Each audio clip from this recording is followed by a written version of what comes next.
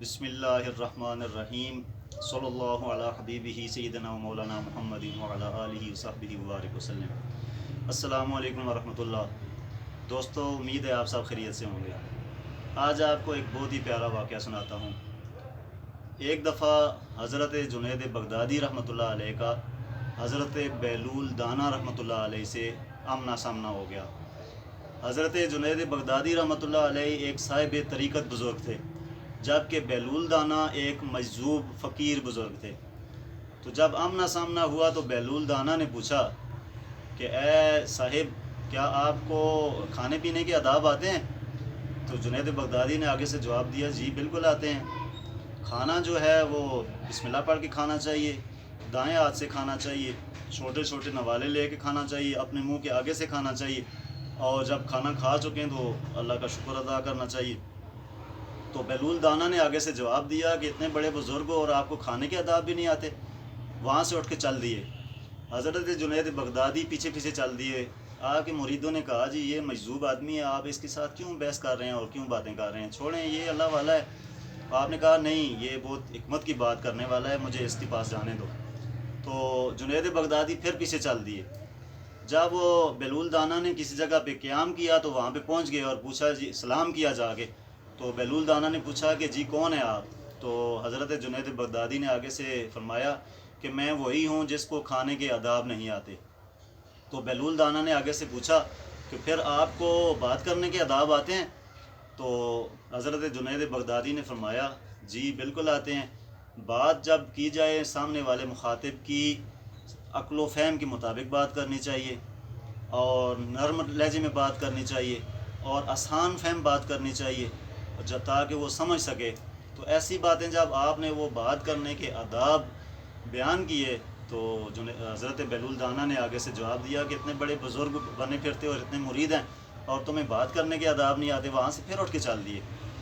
جب تیسری دفعہ جنید بغدادی کی ان سے بات چیت ہوئی تو انہوں نے پوچھا کون ہے تو؟ تو جنید بغدادی نے بیلول دانا سے عرض کی کہ میں وہی ہوں جس کو نہ تو کھانے کے آداب آتے ہیں اور نہ بات کرنے کے آداب آتے ہیں۔ تو آپ نے پوچھا پھر سونے کے آداب آتے ہیں؟ تو آپ نے کہا جی سونے کے بالکل آداب آتے ہیں۔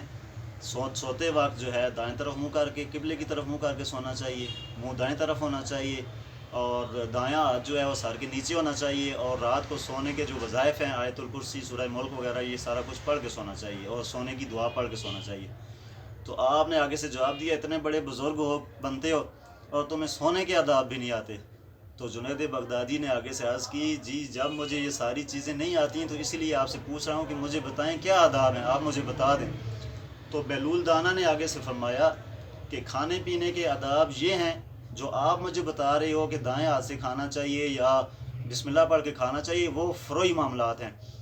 کھانے کے آداب یہ ہیں کہ جو آپ کھا رہے ہو وہ حلال کا ہو، اور کسی کا نہ حق مارا ہوا نہ کھاؤ، اپنے حق حلال کا کھاؤ، تو یہ کھانے کے آداب ہیں۔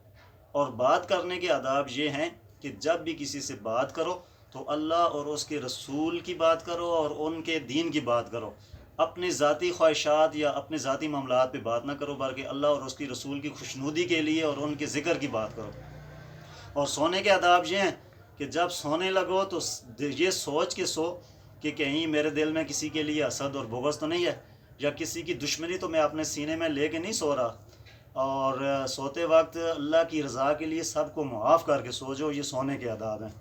تو حضرت جنید بغدادی ان کی اس بات سے بڑے متاثر ہوئے۔ اور میرے دوستو، واقعی بات یہی ہے کہ ایک بندہ حرام کما کے لائے اور بے شک اس کو بسم اللہ پڑھ کے دائیں ہاتھ سے چھوٹے چھوٹے لقمے کال کے کھائے اور بسم اللہ بھی پڑھے اور آخر پہ الحمدللہ بھی کہے، اس کی اس سارے عمل کا کوئی فائدہ نہیں جب تک اس کا رزق حلال نہیں ہوگا۔ اسی طرح دنیا کی باتیں جو ہیں، کسی کے ساتھ آپ کاروبار کی بات کرتے ہو یا ویسے دنیا داری کی باتیں کرو، اللہ کی رضا یا اس کے رسول کی رضا کے مطابق نہیں ہے تو جتنی اچھی گفتگو بھی کریں اس کا کوئی فائدہ نہیں۔ اور تیسری بات، سونے کے آداب جو ہیں، بندے کے دل میں ہر کسی کا بغض ہو اور دل میں کسی کے لیے حسد ہو اور کینہ اور اس طرح کی چیزیں دل میں پالی ہوں، اور وہ بندہ کلمات پڑھتا رہے، تو بہتر ہے کہ وہ سب کو اللہ کی رضا کے لیے معاف کر کے سوئے تو اللہ اس پہ راضی ہوتا ہے۔ تو یہ مختصر سی ایک واقعے سے ہمیں یہ سبق ملتا ہے کہ ہمیں جو کچھ بھی کرنا چاہیے وہ اللہ کی رضا کے لیے کرنا چاہیے، تاکہ اللہ تعالی ہم سے راضی ہو جائے۔ معاملات جو ہے حضور نے فرمایا کہ جو معاملات ہیں نا، دین معاملات کا نام ہے۔ اعمال انسان کی ذات کے لیے ہوتے ہیں، اور معاملات جو ہیں اصل دین یہی ہے کہ آپ کا لوگوں کے ساتھ رویہ کیا ہے۔ اور کیا آپ ایک بندہ اگر تہجد بھی پڑھے، نمازیں پڑھے 5 وقت کی، اور نوافل کثرت سے پڑھے اور قرآن کی تلاوت کرے، لیکن لوگوں کے ہاتھ میں برا ہے، تو اس کی ساری باتیں ضائع ہو جاتی ہیں۔ لیکن ایک بندہ مخصوص صرف فرائض ادا کرتا ہے، زیادہ باتیں نہیں کر سکتا، لیکن لوگوں کے ساتھ اس کا حسن سلوک بہت اچھا ہے، اور وہ لوگوں کی جو ہے وہ نہ حق لوگوں کا مال نہیں کھاتا، اور کسی کو اس سے تکلیف نہیں ہے، تو وہ بندہ اس عبادت گزار سے بہتر ہے جس سے لوگ نالاں ہوں۔ تو اللہ تعالی ہمیں عمل کرنے کی توفیق عطا فرمائے۔ اگر میری گفتگو آپ کو پسند آئی ہو تو اس ویڈیو کو لائک بھی کریں، اور اس کو سبسکرائب کریں، اور دوستوں کو بھی شیئر کریں۔ اللہ تعالی ہم سب کو عمل کرنے کی توفیق عطا فرمائے۔ جزاک اللہ۔ السلام علیکم ورحمۃ اللہ وبرکاتہ۔